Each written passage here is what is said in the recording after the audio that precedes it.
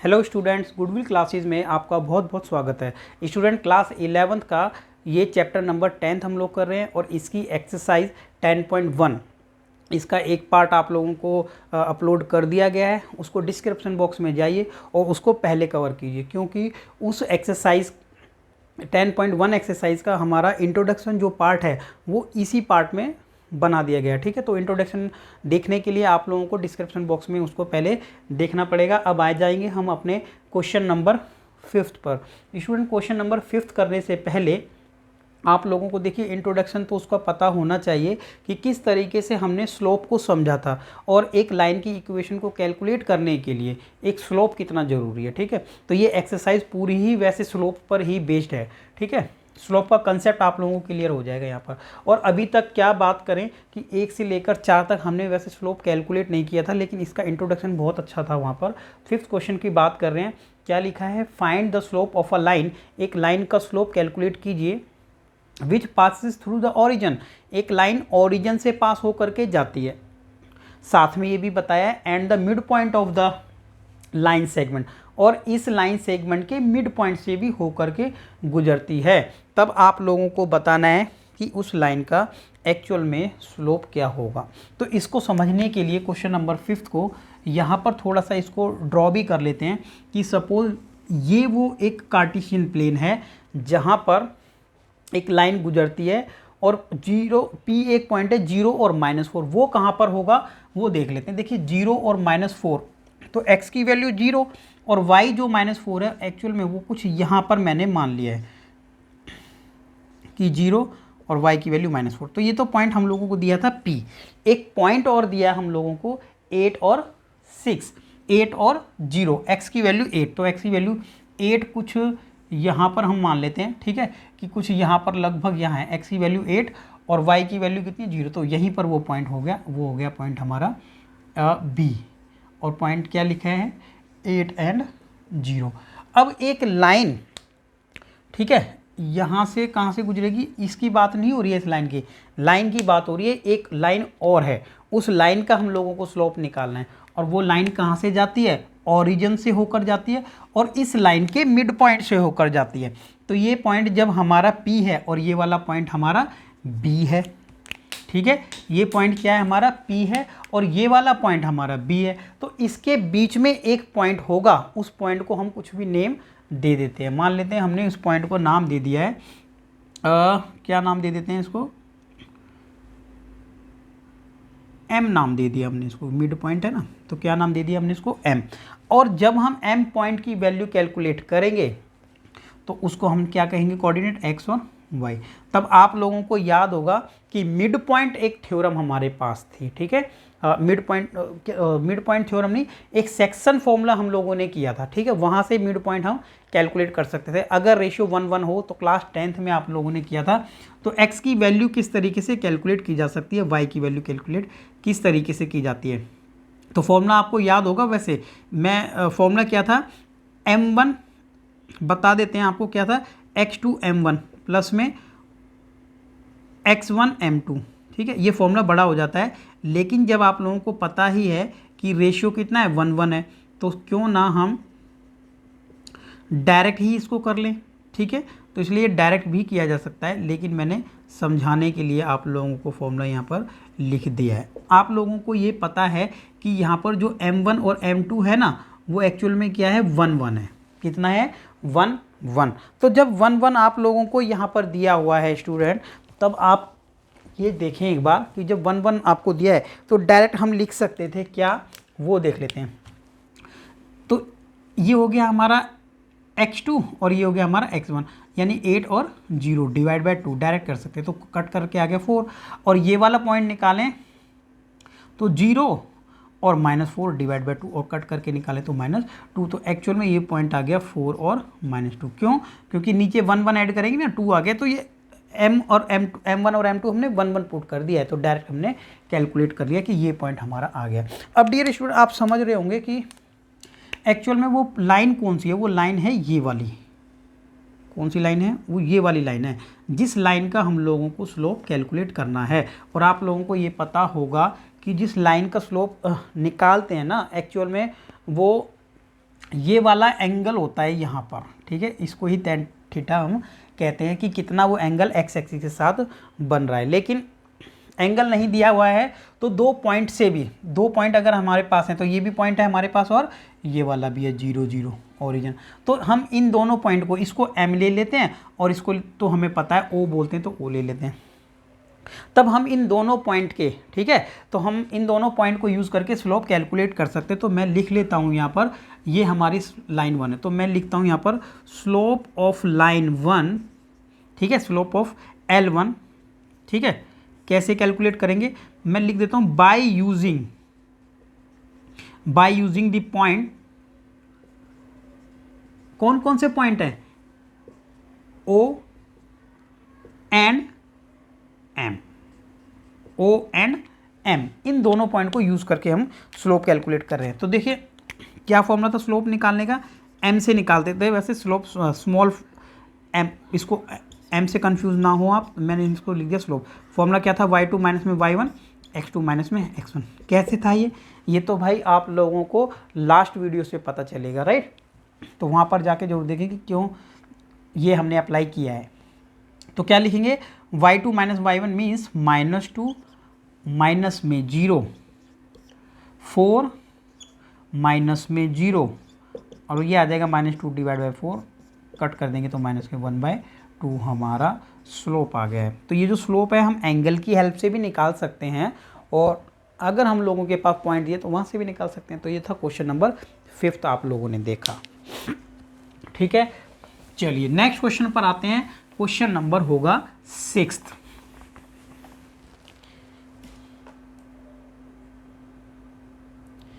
देखिए question number आ जाता है अपना 6 नंबर।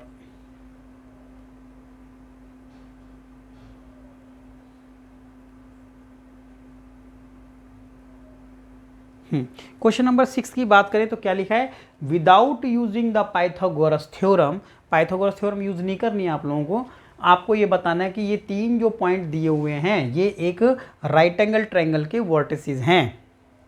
तब आप लोगों को याद होगा क्लास 10th में हमने कोऑर्डिनेट ज्योमेट्री में देखा था, डिस्टेंस फॉर्मूले को यूज़ करके हम बता सकते थे कि ये एक राइट एंगल ट्रायंगल है या नहीं। कैसे बताते थे कि ये देखिए कैसे बताते थे, आपने डिस्टेंस निकाल लिया इसका, इसका और इसका, और इन दोनों के डिस्टेंस का स्क्वायर प्लस में करें तो इस वाले के स्क्वायर के बराबर आता था।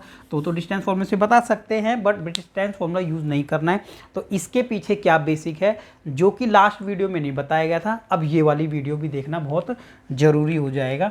तो वो क्या कंसेप्ट था वो देख लेते हैं। देखिए जब दो लाइन ऐसा, ये ठीक है, ये बहुत इंपॉर्टेंट बात है जो अभी यहाँ पर चल रही है और ये भूलना नहीं है आप लोगों को। अपना जो भी आपके पास नोटबुक है एक अच्छे तरीके से नोट में उसको लिखें, नोट्स बना के, राइट। तो देखें यहाँ पर मैंने फर्स्ट केस क्या बताया कि अगर दो लाइन पैरेलल है, वो कहीं पर भी पैरेलल हो, एक लाइन और दो लाइन, आप लोगों को पता है कि इसका स्लोप ये होगा, ठीक है, ये लाइन 1 है, ये लाइन 2 है।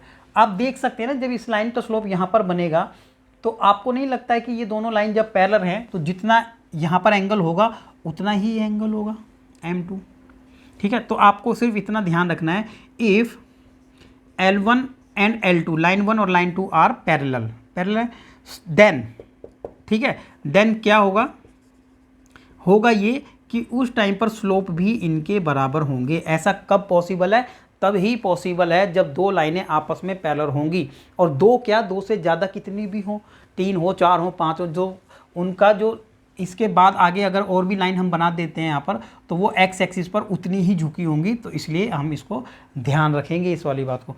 अब से सेकंड नंबर केस इसका ध्यान रखें, क्या हो सकता है कि अगर दो लाइनें आपस में, ठीक है, कहीं पे भी बना लेते हैं, एक लाइन मैंने बना दी है यहाँ पर और मैंने लिख दिया इसको L1, एक लाइन और बना देते हैं, देखो वो कहाँ बना देते हैं, यहाँ बना देते, कहीं भी इसके ऊपर परपेंडिकुलर होनी चाहिए इस बार, और ये लाइन आगे जाएगी, वैसे आगे जा सकती है, ठीक है, तो लाइन को तो बढ़ा सकते हैं ना। ये हमारी लाइन L1 है और ये वाली लाइन हमारी L2 है।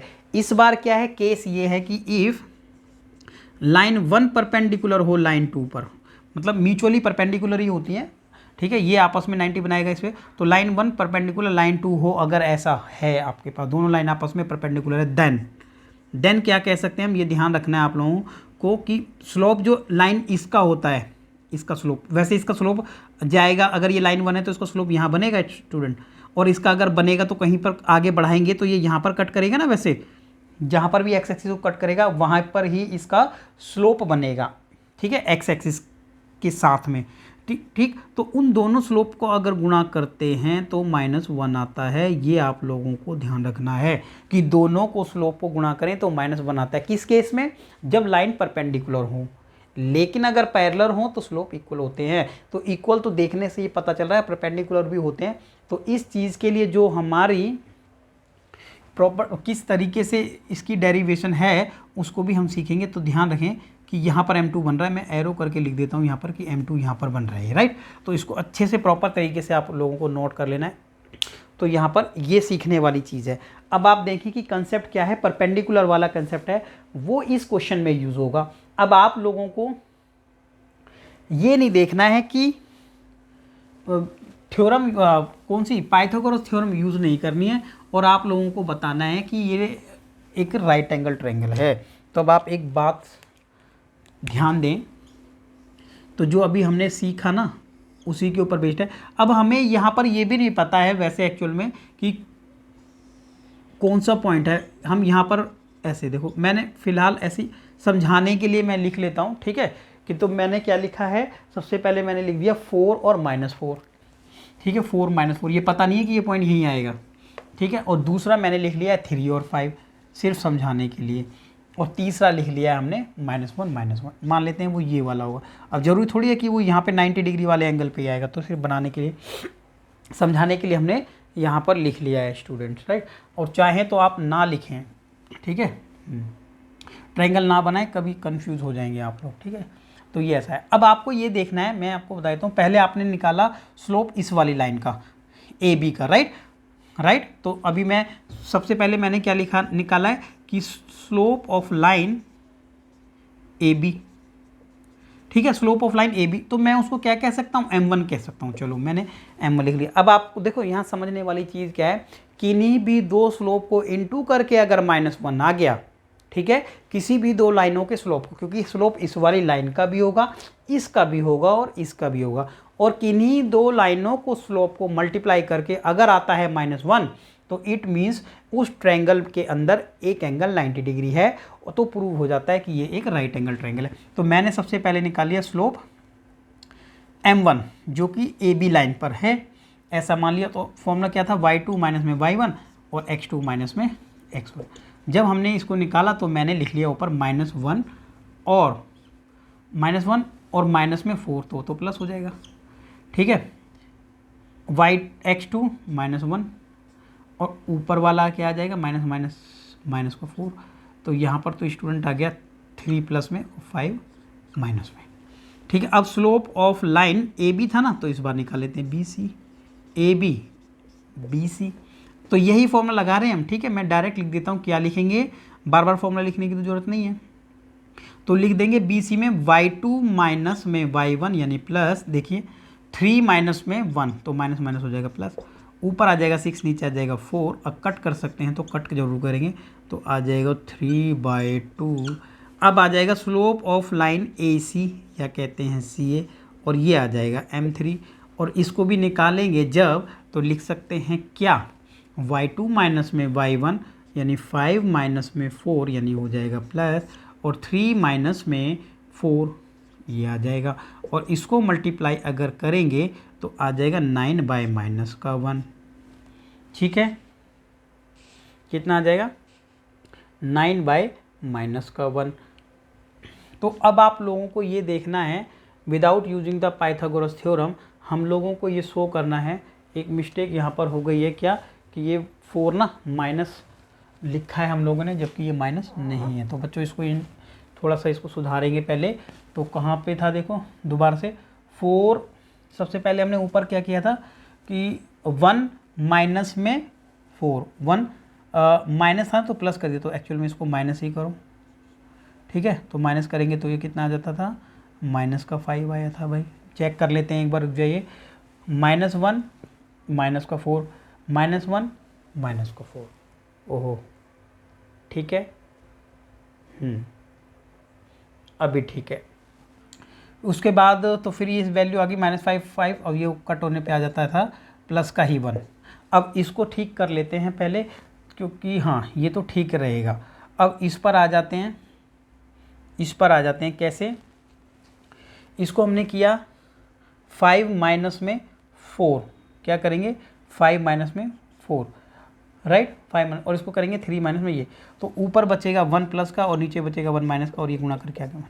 अब आप एक चीज़ देखिए, ऐसे दो पॉइंट जिनको गुणा करके स्लोप -1 आता हो, तो स्लोप आते हैं हमारे, देखिए m1 और m3 को, m1 और m3, ठीक है, दोनों को एक बार मल्टीप्लाई करें, ये आ गया 1, इन दोनों को स्लोप, ठीक है, और इस वाले को करें -1, तो दोनों स्लोप को गुणा करके -1 आ रहा है, यस, ठीक है। तब हम कह सकते हैं क्या कि ये एक राइट एंगल ट्रायंगल है। कोई भी दो स्लोप को इनटू करके -1 आ जाए तो इसका मतलब उन लाइनों के बीच में 90 डिग्री एंगल बन रहा है। तो लेकिन ये दोनों लाइन कौन सी आ रही है हमारी, ये वाली आ रही है, और कौन सी आ रही है, नहीं देखो लास्ट वाली क्या थी, ये लाइन, ठीक है, और ये वाली लाइन, यानी 90 डिग्री का एंगल यहाँ बन रहा था। तो मुझे यहाँ पर ये समझाने के लिए मैंने बनाया था कि ऐसे की बात हो रही है। अब ये अब आप ऐसे देख लो, ठीक है, 3 पॉइंट हैं तो 90 डिग्री एंगल बन रहा है, ठीक है, 3 पॉइंट्स में। तो हम क्या लिख देंगे, ठीक है, हम यहाँ पर अब आप समझ जाएं कि ये, तो कह सकते हैं देयरफॉर,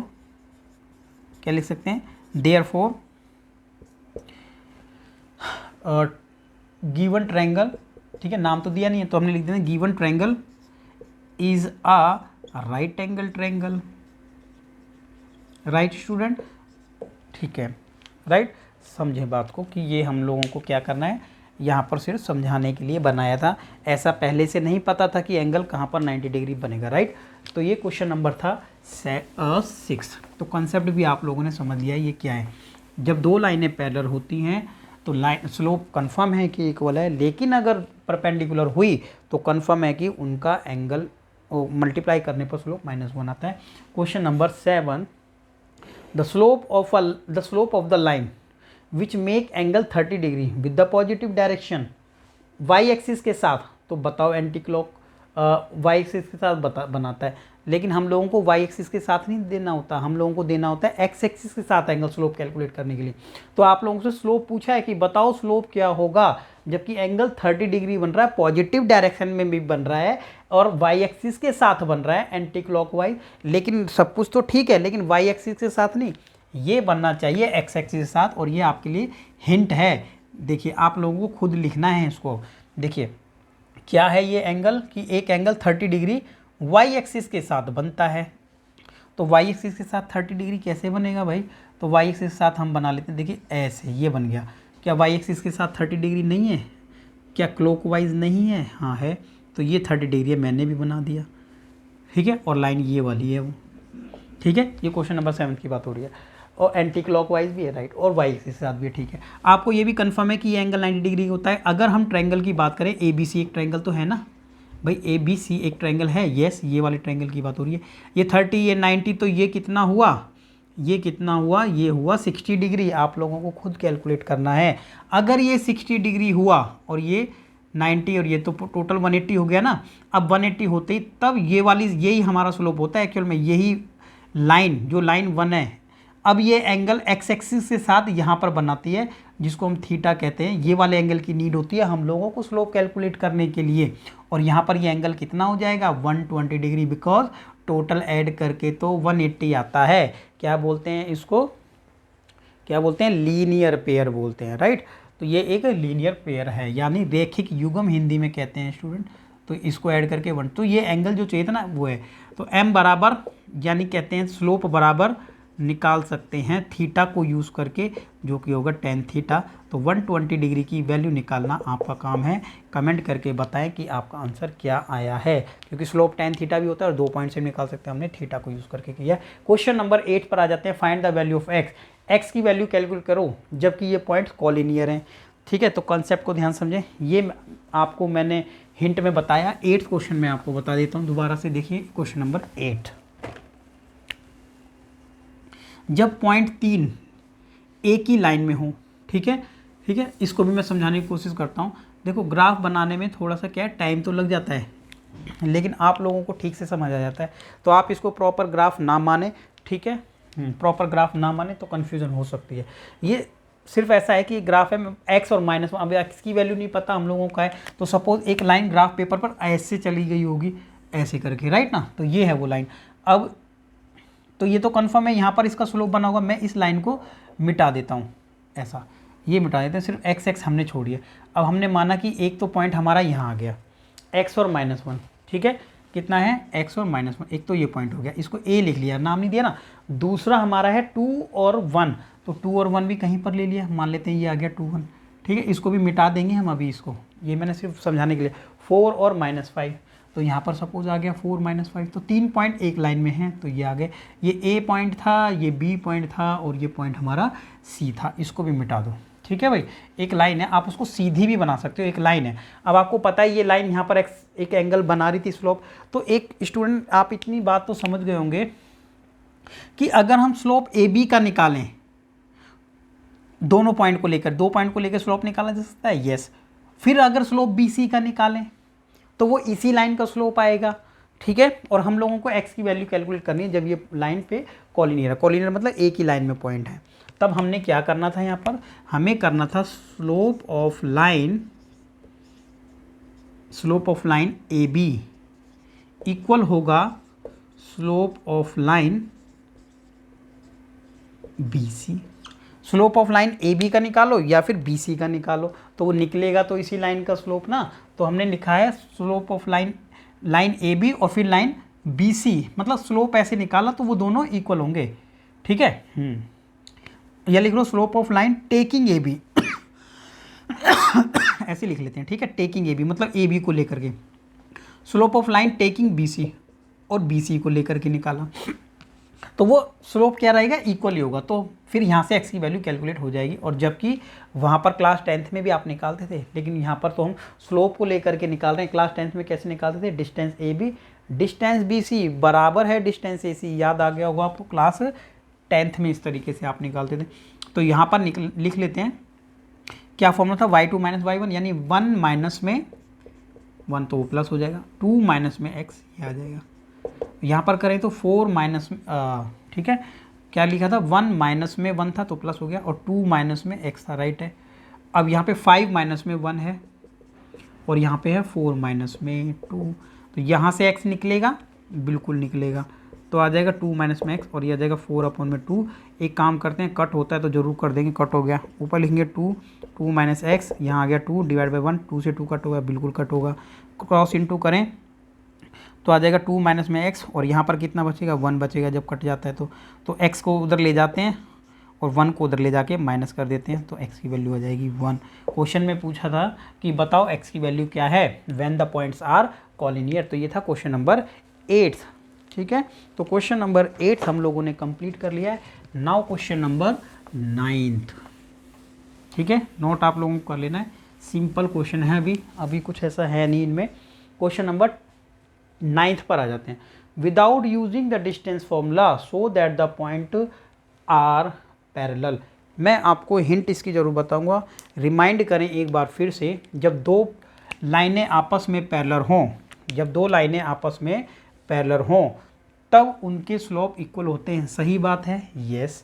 तो अब आप क्या करें, आप लोगों को बताना है कि ये एक पैरेललोग्राम है। और स्टूडेंट पैरेललोग्राम क्या होता है, पैरेललोग्राम ऐसा एक होता है जिनके, मैं हिंट यहाँ पर बता रहा हूँ, A point, B point, C point, D point, ठीक है, पॉइंट भी आप अपने आप लिख लेना। अगर ए बी सी डी एक पैरेललोग्राम है तो ये क्लास 10th की तरीके से भी कर सकते हैं। पैरेललोग्राम में क्या है, ये आपस में लाइन पैरेलल हैं और इक्वल भी हैं, ये लाइन आपस में पैरेलल भी हैं और इक्वल भी हैं, ठीक है। तब अब ये चीज़ क्या है, ठीक है, अब ये चीज़ क्या है, एक ग्राफ पेपर पर बनी हुई है सपोज। तो एक बात मुझे बताओ, क्या ये और ये लाइन जब आगे बढ़ाएंगे तो इसका स्लोप यहाँ बनेगा, इसका स्लोप यहाँ, ठीक है, आगे बढ़ाने पर तो जब हमने ये बता दिया कि इस लाइन का स्लोप और इस लाइन का स्लोप अगर बराबर आ रहा है तो इट मीन्स ये दोनों लाइन पैरेलल हैं, और इस लाइन का स्लोप और इस लाइन का स्लोप भी बराबर आ रहा है तो इट मीन्स ये वाली लाइन भी पैरेलल है। तो जब अपोजिट पेयर पैरेलल होते हैं ना तो वो स्लोप क्या हो जाता है, वो जो हमारा क्वाड्रिलेटरल है वो पैरेललोग्राम प्रूफ हो जाता है, ठीक है। जब हमारे अपोजिट पेयर पैरेलल हों तो इतना प्रूफ करना काफ़ी है, ठीक है। अपोजिट पेयर अगर पैरेलल हैं तो आप वहाँ पर 100% कह सकते हैं कि ये एक पैरेललोग्राम है। तो आप हिंट से समझ गए होंगे, आप लोगों को सिर्फ और सिर्फ ये करना है कि इस वाली लाइन का स्लोप m1, इसका m2 है, इक्वल आना चाहिए, इसका और इसका इक्वल आना चाहिए। यानी कोई भी स्लोप, तो आपने स्लोप निकाल लेने और एक पेयर आपस में इक्वल होगा, दूसरा आपस में इक्वल होगा, प्रूव हो गया कि ये एक पैरेललोग्राम है। ये था हिंट क्वेश्चन नंबर 9 का। 10th पर आ जाइए। Find the angle between the x axis and the line joining the point. तो ये तो वही बात हो गई है, ठीक है, इजी क्वेश्चन है। ये देखिए वो, ठीक है, वो आप लोगों को खुद करना था। 10th पर आ जाते हैं। देखिए ये 10th नंबर क्या लिखा है, find the angle between x axis. X axis में क्या एंगल बनेगा जबकि हम इन दोनों पॉइंट को आपस में जोड़ते हैं। तो वैसे 3 और -1 तो हम दिखा ही सकते हैं कि x की वैल्यू 3 और y की वैल्यू 1। तो x की वैल्यू 3 सपोज ये है और y की वैल्यू 1, तो मैंने यहाँ दिखाया कि ये पॉइंट हमारा A पॉइंट है और x की वैल्यू 3 है और y की वैल्यू -1, तो ये पॉइंट यहाँ पर था।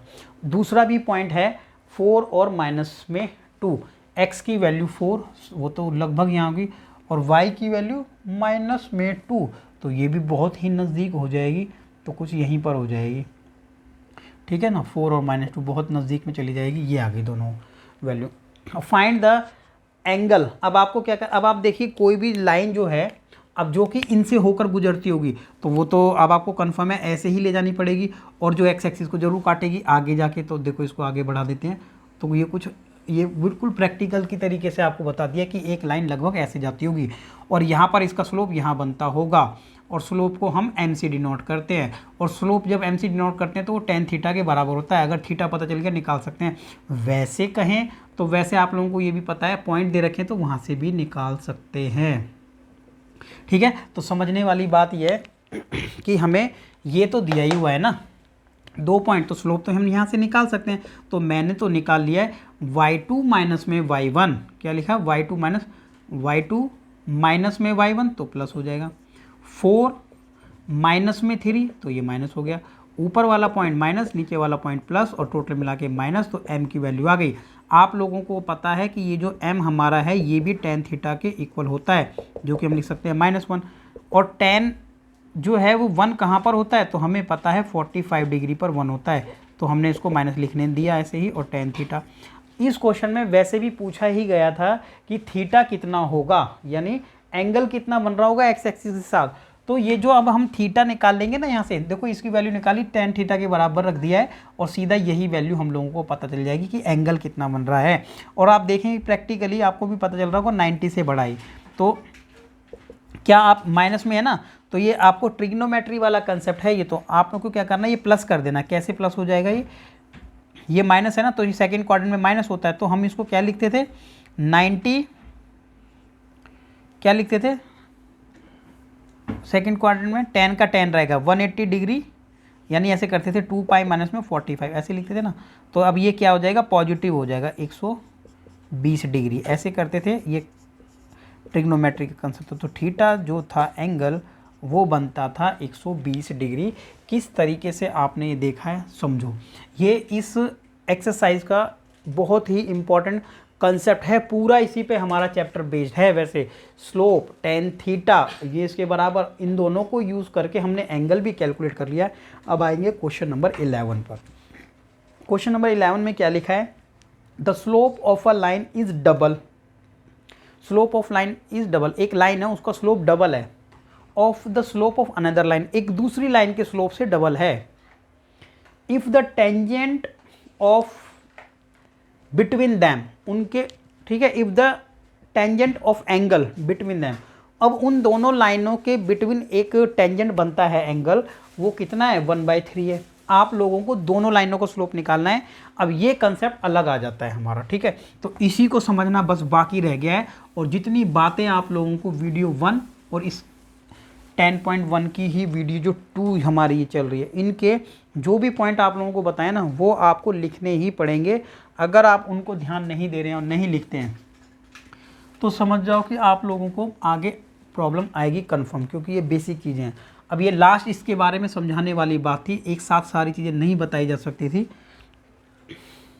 ठीक है। तो वो बहुत ज़्यादा होता है, 1 बाय 1 हमने किया है। तो देखो यहाँ पर क्या है कंसेप्ट कि जब दो लाइनें आपस में होती हैं, ये लाइन है 1, आपको कन्फर्म है कि इसका स्लोप यहाँ पर ही होगा m1।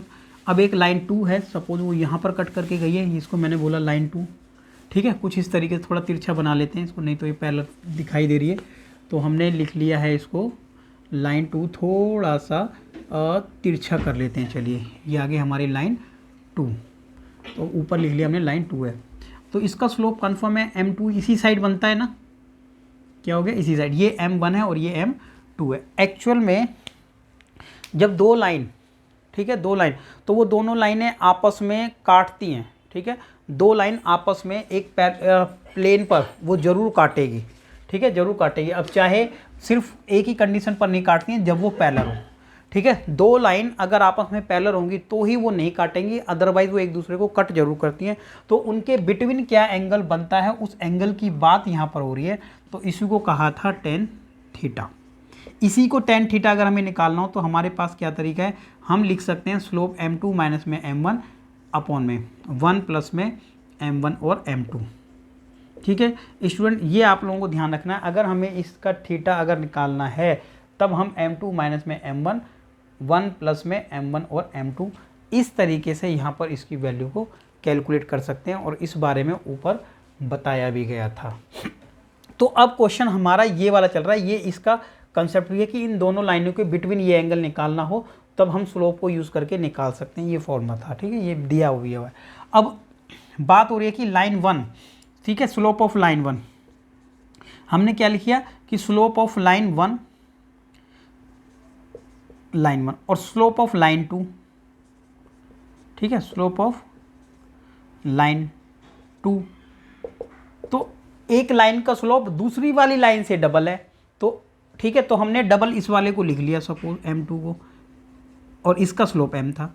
भाई इस वाली लाइन का स्लोप कितना था, m था, तो लाइन 2 का स्लोप कितना था, डबल था। क्वेश्चन में कहा है, ठीक है, the slope of line is double, एक लाइन का स्लोप डबल है दूसरे वाली से। आप लोगों को ये बताना है कि उनके बिटवीन जो एंगल है ना, वैसे 1/3 बन रहा है वो tan थीटा, बट ठीक है, ये जो टेंजेंट इनके बिटवीन बना है tan थीटा, तो इस वाले tan थीटा की वैल्यू कितनी है, 1/3, ऐसा क्वेश्चन में दिया हुआ है, राइट।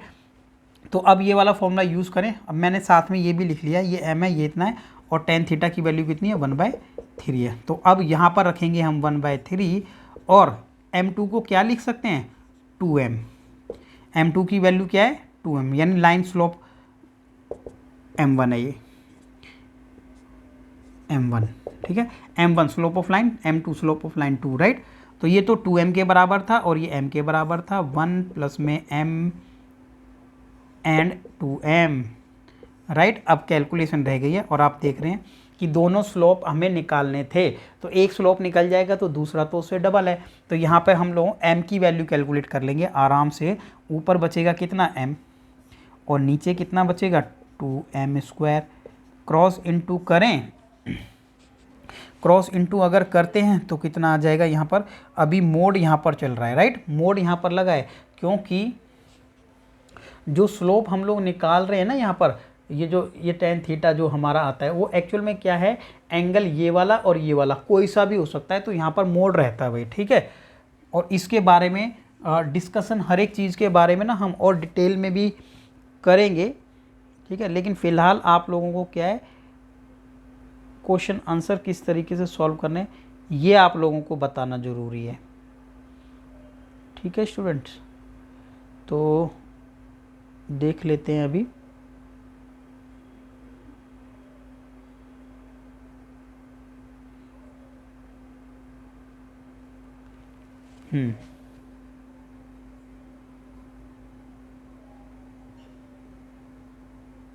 चलिए, तो थोड़ा स्पेस तो चाहिए था, तो हमने यहाँ पर m की वैल्यू को कैलकुलेट करने के लिए ट्राई किया। तो आपको ये मैंने क्या बताया कि ये दो पार्ट्स में डिवाइड हो सकता है, कैसे कि 1/3, एक बार प्लस में एक बार माइनस में, क्या m ऊपर और 1 प्लस में 2m²। तो दो वैल्यू m की यहाँ पर कैलकुलेट कर सकते हैं। ये हटा दिया मोड, अब राइट ना, मोड हटा दिया, प्लस माइनस का साइन लगा दिया। तो एक बार हमने यहाँ पर लिख लिया इसको m, 1 प्लस में m² प्लस करके क्या करके लिख लिया है, 2m², और एक बार हमने ये वाला पार्ट 1/3 करके माइनस में साइन लगा के लिख लिया है। कैलकुलेट करेंगे तो आ जाएगा ऐसे, 1 प्लस में 2m² और ये आ जाएगा 3m और उधर जाके हो जाएगा ये माइनस। अब फैक्टर किस तरीके से करते हैं वो आप लोगों को पता है।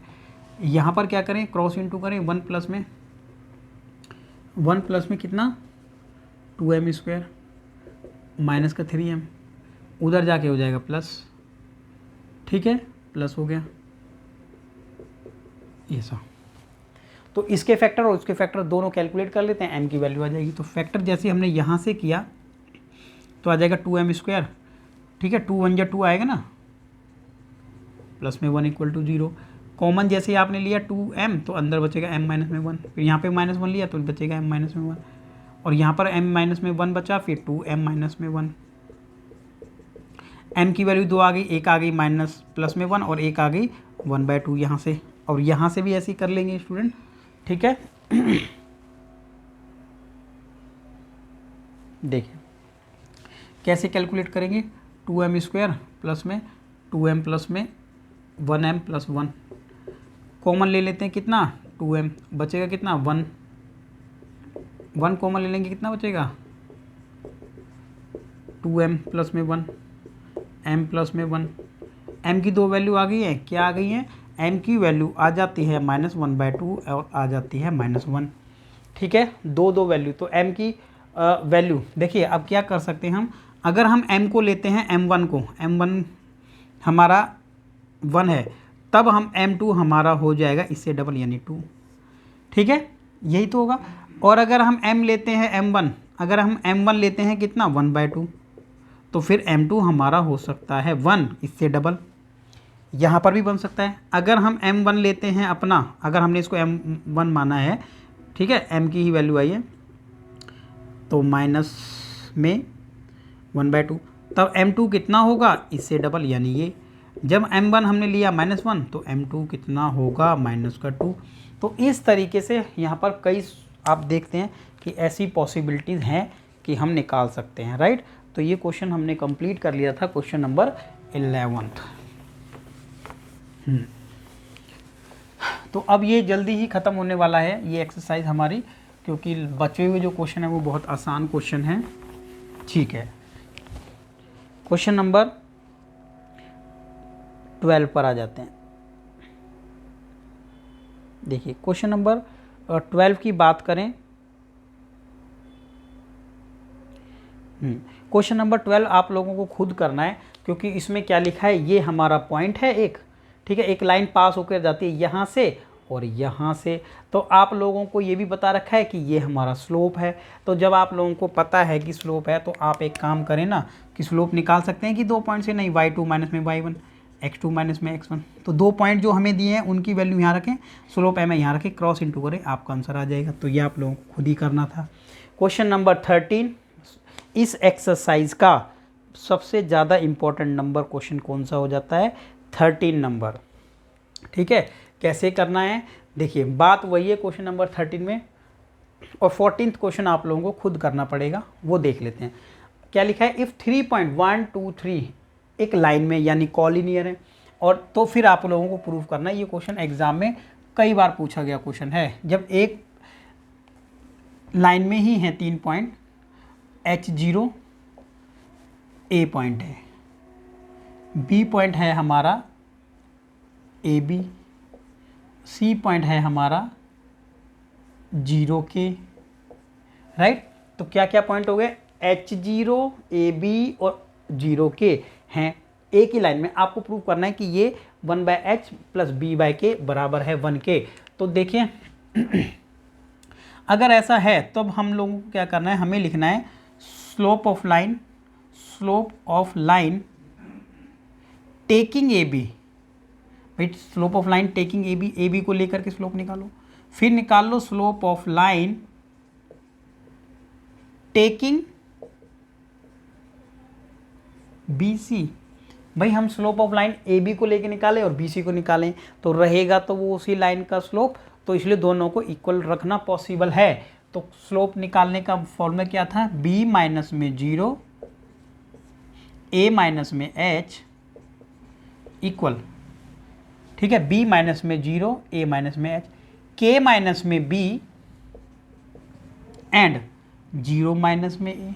ठीक है, स्टार्टिंग में आप लिख लेना थोड़ा सा जो भी आपको स्टेटमेंट लिखनी है कि if the 3 point of the line, ठीक है, are these and if the points are collinear then the slope of line will be equal, ठीक है। स्लोप ऑफ लाइन जो होंगे टेकिंग 2 पॉइंट वो इक्वल होंगे, थोड़ा सा स्टेटमेंट दे लेना।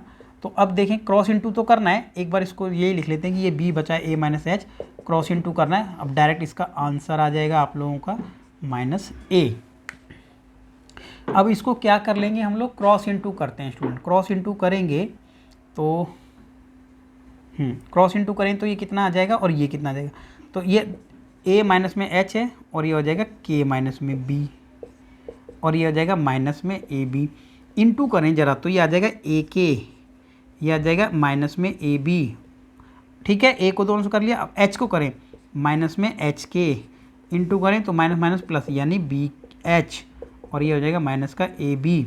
अब आप देखें माइनस ए बी यहाँ भी है, माइनस ए बी यहाँ भी है, कट हो गया। अब जो बच गया हमारा पार्ट वो बच गया ए के और बच गया क्या, बी एच। अब एक काम कर सकते हैं हम, एच को उधर ले जाके प्लस में कर लेते हैं क्योंकि हमारा जो आंसर है वो प्लस में है, ठीक है। तो करोगे तो आपका एड लग जाए। अब हम डिवाइड कर लेते हैं एच के से, लिख लेते हैं क्या, डिवाइडेड बाय एच के बोथ साइड। क्या किया है, डिवाइडेड बाय एच के बोथ साइड। अब एक बार डिवाइड करके देख लो जरा एच के से, क्योंकि वहाँ 1 चाहिए ना, तो वो 1 ऐसे ही आ जाएगा और पूरा का पूरा आंसर ही आ जाएगा। अब हमने एच के से डिवाइड किया तो देखो इससे ये कट, एच से एच कट और के से के कट, तो जो बचा वो बच गया a अपॉन में h, b अपॉन में k एंड इक्वल टू 1, ठीक है। तो यही हमारा आंसर था इसका। तो ये था हमारा क्वेश्चन नंबर 13। अब लास्ट जो क्वेश्चन हमारा 14th है वो आप लोगों को जो खुद ट्राई करना है इसी कंसेप्ट से कि स्लोप क्या होते हैं, एक लाइन के इक्वल होते हैं। ये एक लाइन दी हुई है, कंसीडर द फॉलोइंग पॉपुलेशन, एक पॉपुलेशन दे रखी है, पॉपुलेशन ग्राफ है। Find the slope of the line, तो लाइन का स्लोप तो निकाल सकते हैं ए बी का, भाई दोनों को पॉइंट को यूज़ करके निकाल लेंगे। एंड यूजिंग इट, इसको यूज़ करने के बाद find the population of the year. तो एक काम कर सकते हैं, देखो इस बारे में हमने बात भी की थी कि हमारा जो पॉइंट है 2010 में पॉपुलेशन कितनी होगी, तो एक्चुअल में 2010 ये है, ठीक है। तो 2010 जैसे ही ऊपर जाएगा कुछ यहाँ पर ये कट करेगा, इसको लाइन को आगे बढ़ा लेते हैं। तो 2010 लगभग 2010 यहीं पर होगा, तो हम इसको लिख लेंगे 2010 और यहाँ पर पॉपुलेशन कितनी होगी x, ठीक है। पॉपुलेशन को p लिखना है तो p लिख लो कि उस टाइम पॉपुलेशन कितनी होगी। तो ये बता रहा था कि 1985 में पॉपुलेशन ये है, 1985 में पॉपुलेशन ये आ रही है 92 करोड़, ठीक है। और फिर लिखा भी जनसंख्या करोड़ों में, और फिर लिखा था ये 95 में पॉपुलेशन इतनी थी। अब ये अब अभी काम करना है आप लोगों को, क्या, ये पॉइंट सी ले लेना, स्लोप निकालना है ए बी का, इन दोनों से तो वो आपने निकाला होगा क्योंकि क्वेश्चन में कहा है। फिर निकालेंगे बी सी का, दोनों को रख देंगे इक्वल, एक रिलेशन आप लोगों को मिलेगा, पी की वैल्यू आ जाएगी कि पॉपुलेशन कितनी। तो ये हमारी एक्सरसाइज थी 10.1 जो कि 2 पार्ट्स में कंप्लीट हो चुकी है, ठीक है। तो ज़्यादा से ज़्यादा वीडियो को शेयर कीजिए, लाइक कीजिए। Thank you.